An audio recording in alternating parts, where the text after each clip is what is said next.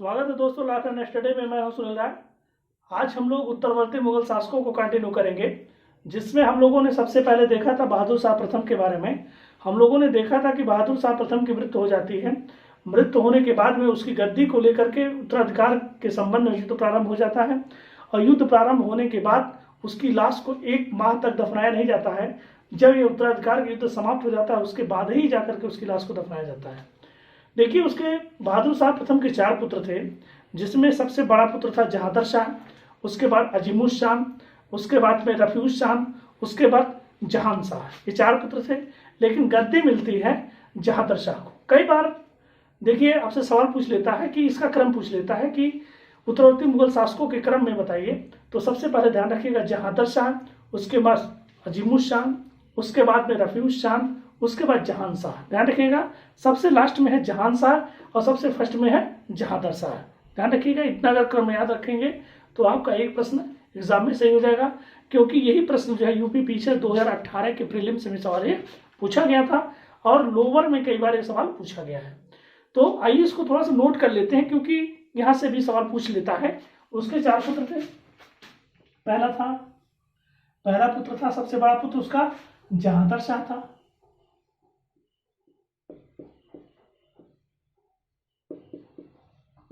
पहला जहादर शाह था।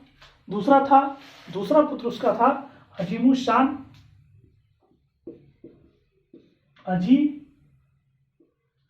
दूसरा पुत्र था उसका अजीमुस शाह।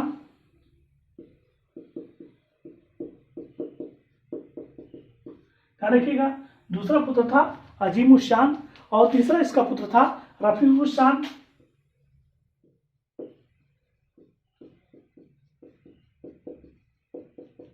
रफीउस शाह, और चौथा सबसे छोटा जो इसका पुत्र था उसका नाम था जहान शाह।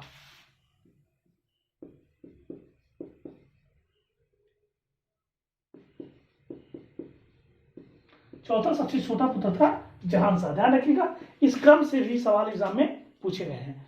लेकिन गद्दी मिलती है किसको? गद्दी मिलती है जहादर शाह को। गद्दी इसलिए जहादर शाह को मिलती है क्योंकि इसके साथ जो रहता है वह एक ईरानी दल का बहुत शक्तिशाली नेता रहता है, जिसका नाम रहता है जुल्फिकार खां। ध्यान रखिएगा, तो गद्दी किसको मिलती है? जहादर शाह को।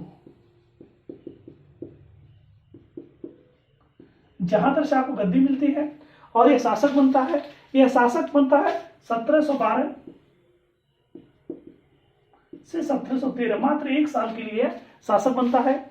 और इसकी सहायता कौन करता है? इसकी सहायता करता है ईरानी दल का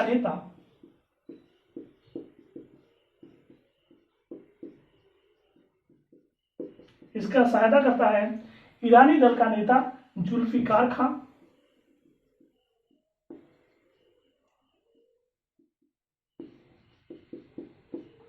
जुल्फिकार खां इसकी सहायता करता है, और सहायता करने के बाद गद्दी प्राप्त कर लेता है।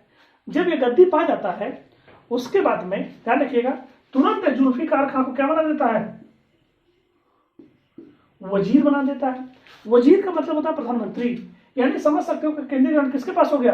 वजीर के पास हो गया। और जुल्फिकार क्या हो गया? सबसे शक्तिशाली हो गया। और उसके बाद में ध्यान रखिएगा, यह थोड़ा सा प्रेमी टाइप का व्यक्ति रहता है, मनोरंजन बहुत ज्यादा करता है, और यह एक प्रेमिका के जाल में बहुत तेजी के साथ फंसा रहता है, जिसे उसका नाम जो है बहुत फेमस है, कई बार एग्जाम में पूछा गया है। इसकी प्रेमिका का नाम है लाल कुंवर।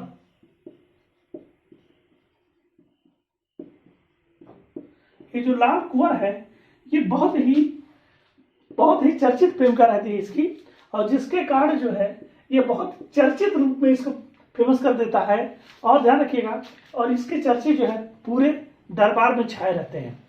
उसके बाद जब ये लाल कुंवर से प्रेम करता है, तो लाल कुंवर से प्रेम करने के बाद जाहिर सी बात है कि जब ज्यादा प्रेम व्यक्त करने लगता है तो राजकाज में उतना ज्यादा ध्यान नहीं दे पाता है। वही स्थिति इसके साथ भी होने लगती है। उसके बाद क्या होता है? उसके बाद यह क्या करता है? आमेर के राजा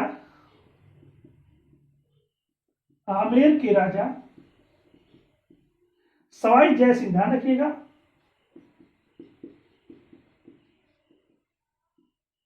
आमेर के राजा सवाई जय सिंह को क्या कर देता है? यह मालवा का सूबेदार नियुक्त कर देता है। मालवा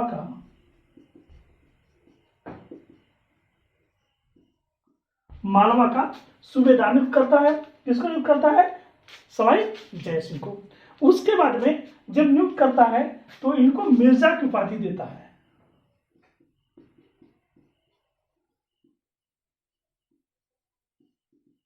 मिर्जा की उपाधि देता है।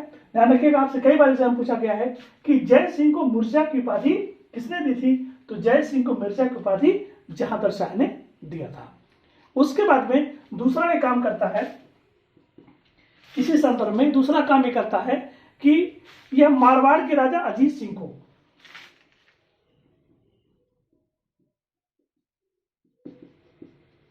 मारवाड़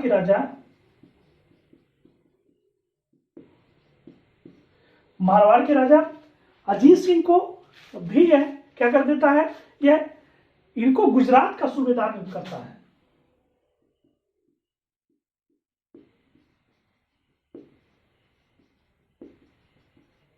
गुजरात का सूबेदार नियुक्त करता है। और जब गुजरात का सूबेदार नियुक्त करता है उसके बाद में इनको भी एक उपाधि देता है, वो महाराजा की उपाधि होती है। महाराजा की उपाधि से सम्मानित करता है। किसको? अजीत सिंह को। ध्यान रखिएगा, महाराजा की उपाधि से किसको सम्मानित करता है? अजीत सिंह को। उसके बाद क्या होता है? उसके बाद में यह सबसे बड़ा जो काम करता है वो काम यह करता है कि मराठों को चौथ और स्वदेशमुखी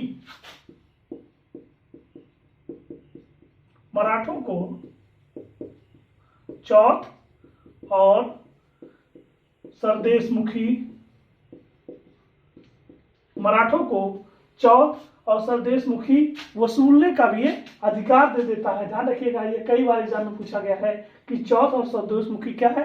ये मराठों के द्वारा वसूला गया ये कर है। ठीक है ना, ध्यान रखिएगा। उसके बाद जब वसूलने का अधिकार दे देता है, जब यह सारी सत्ता क्या कर देता है? सबको सौंप देता है। सौंपने के बाद में इसकी बेवकूफी भरे कार्यों के कारण इसको लंपट मूर्ख कहा जाता है।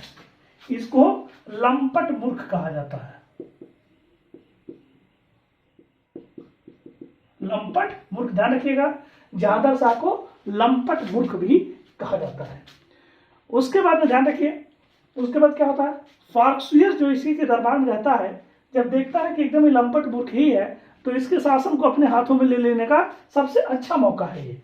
उसके बाद क्या करता है? वो सैयद बंधुओं की सहायता से 1713 में इसको पराजित कर देता है और इसको मार डालता है। तो अब शासन कौन करेगा? अब शासन करेगा फार्क्सुयर। उसके बाद में फार्क्सुयर क्या करता है? सैयद बंधुओं की सहायता से 1713 ईस्वी में इसकी हत्या कर देता है, पराजित करके। और जब इसकी हत्या कर देता है तो सत्ता किसके हाथ में आती है? सत्ता फार्क्सुयर के हाथ में आती है। लेकिन एक खफी खां रहता है, जो इतिहासकार है ये खफी खां, यह क्या कहता है कि नया जो शासनकाल था, मतलब किसका शासनकाल? यह शासनकाल था जो जहांगीर शाह का जो शासनकाल था उसी के संबंध में बात कहता है कि नया शासनकाल चाणों और गायकों के हाथ में था। इसमें नर्तकी और नाट्यों के लिए स्वर्ण के अनुकूल युग था। मतलब पूरी तरह से जो शासन की बागडोर थी वो किसके हाथ में चली गई थी? यह पूरी तरह से चाट और भाटकों के, मतलब जो ज्यादा जितनी प्रशंसा कर दे उसको उतना राज्य मिल जाता था और वो उतना ही ज्यादा मजे में रहता था। इसीलिए खफी का क्या करता है? इस तरह के स्टेटमेंट जारी करता है। आइए हम लोग दूसरा देखते हैं इसी संदर्भ में फार्क्सुयर के बारे में।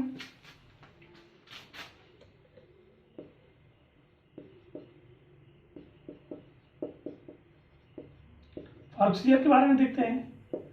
फार्क्सुयर के बारे में एक सबसे खास बात यह है कि यह 1713 में शासन पाता है और 1719 तक यह शासन करता है। ध्यान रखिएगा, इसको सत्ता प्राप्त करने में दो लोगों का बहुत बड़ा योगदान था। मैंने आपको बताया था सैयद बंधु। जो सैयद बंधु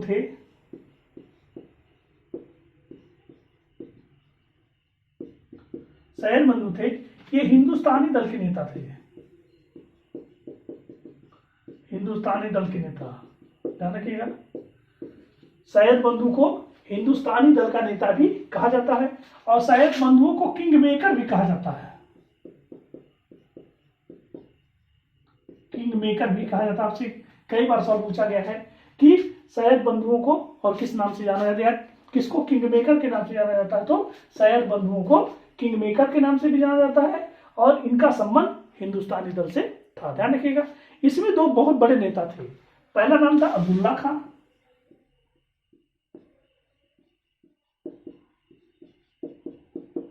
पहला नाम था अब्दुल्ला खां। दूसरा जो सबसे फेमस नाम था वो हुसैन अली खां का था।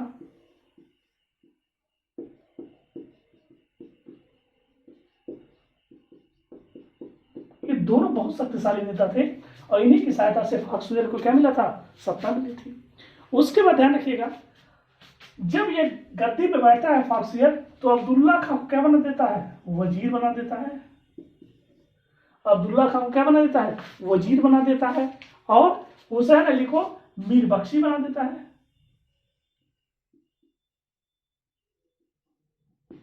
दोनों बहुत ही शानदार पद थे उसमें। और वजीर किसको बना देता है, अब्दुल्ला खां को, और हुसैन अली खां को क्या बना देता है, मीर बख्शी बना देता है। और बहुत सारी इनको उपाधियां देता है, अब्दुल्ला खां को भी देता है और हुसैन अली खां को भी देता है। लेकिन कई बार एग्जाम में पूछा गया कि अब्दुल्ला खां को कौन कौन सी उपाधि मिली। तो सबसे पहली उपाधि मिलती है नवाब, सबसे पहली उपाधि मिलती है नवाब कुल्ब उल मुल्क, कुल्ब उल मुल्क पहली उपाधि मिलती है। उसके बाद इसको दूसरी उपाधि मिलती है यामीन दौला,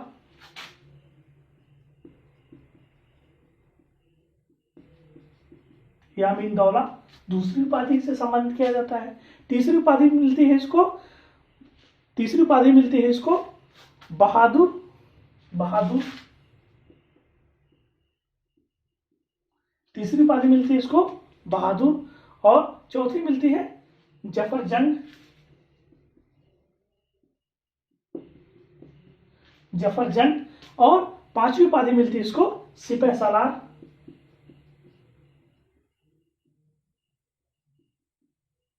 सिपह सालार। और छठी उपाधि मिलती है यार वफादार,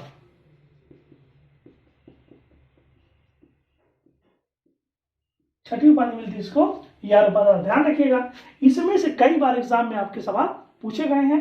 सबसे पहला नवाब कुल मुल्क, तीसरा यामीन दौला, चौथा बहादुर, पांचवा जफर जंग और छठा सिपह सालार और सातवां यारे वफादार। ध्यान रखिएगा, ये सभी नाम किसके हैं, ये सभी नाम अब्दुल्ला खां के हैं, जो बहुत ही महत्वपूर्ण है। उसके बाद हुसैन अली खां को कौन कौन सी उपाधि मिलती है, हुसैन अली खां को उमादुल मुल्क,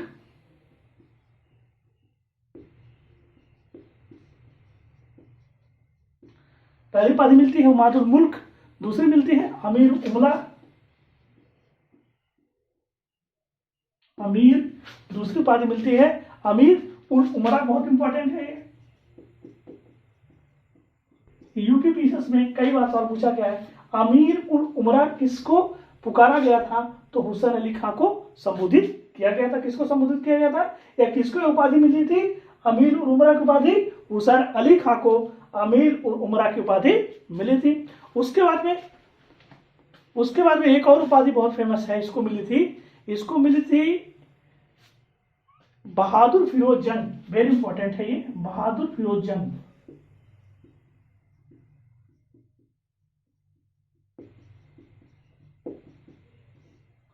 बहादुर फिरोज जंग किसको उपाधि मिली थी, हुसैन अली खां को मिली थी। ध्यान रखिएगा, यह भी बहुत इंपॉर्टेंट है। ये सभी उपाधियां इनसे संबंधित है और ये कई बार एग्जाम में आपसे पूछा भी गया है। ध्यान रखिए, अब्दुल्ला खां को वजीर नियुक्त किया और हुसैन अली को मीर बख्शी का पद दिया। ध्यान रखिएगा।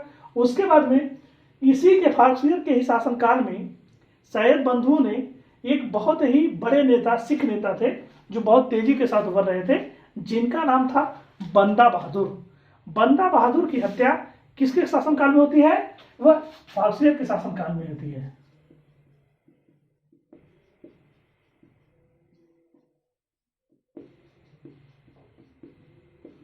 बंदा बहादुर की हत्या फारसियत के शासनकाल में होती है और यह जो इसकी हत्या में सैयद बंधु और पेशवा बालाजी विश्वनाथ दोनों मिलकर के इसकी हत्या कर देते हैं। किसकी, बंदा बहादुर की हत्या कर देते हैं। और ध्यान रखिएगा, जब सारा कार्यभार अब्दुल्ला खां और हुसैन अली खां यानी सैयद बंधु ही देख रहे थे, तो जाहिर सी बात है कि इसको भी कोई बहुत अच्छी नज़रों से नहीं देखा गया। इसीलिए इसको इतिहासकार में या इतिहास में इतिहासकारों ने इसको घृणित कायर की उपाधि दी है।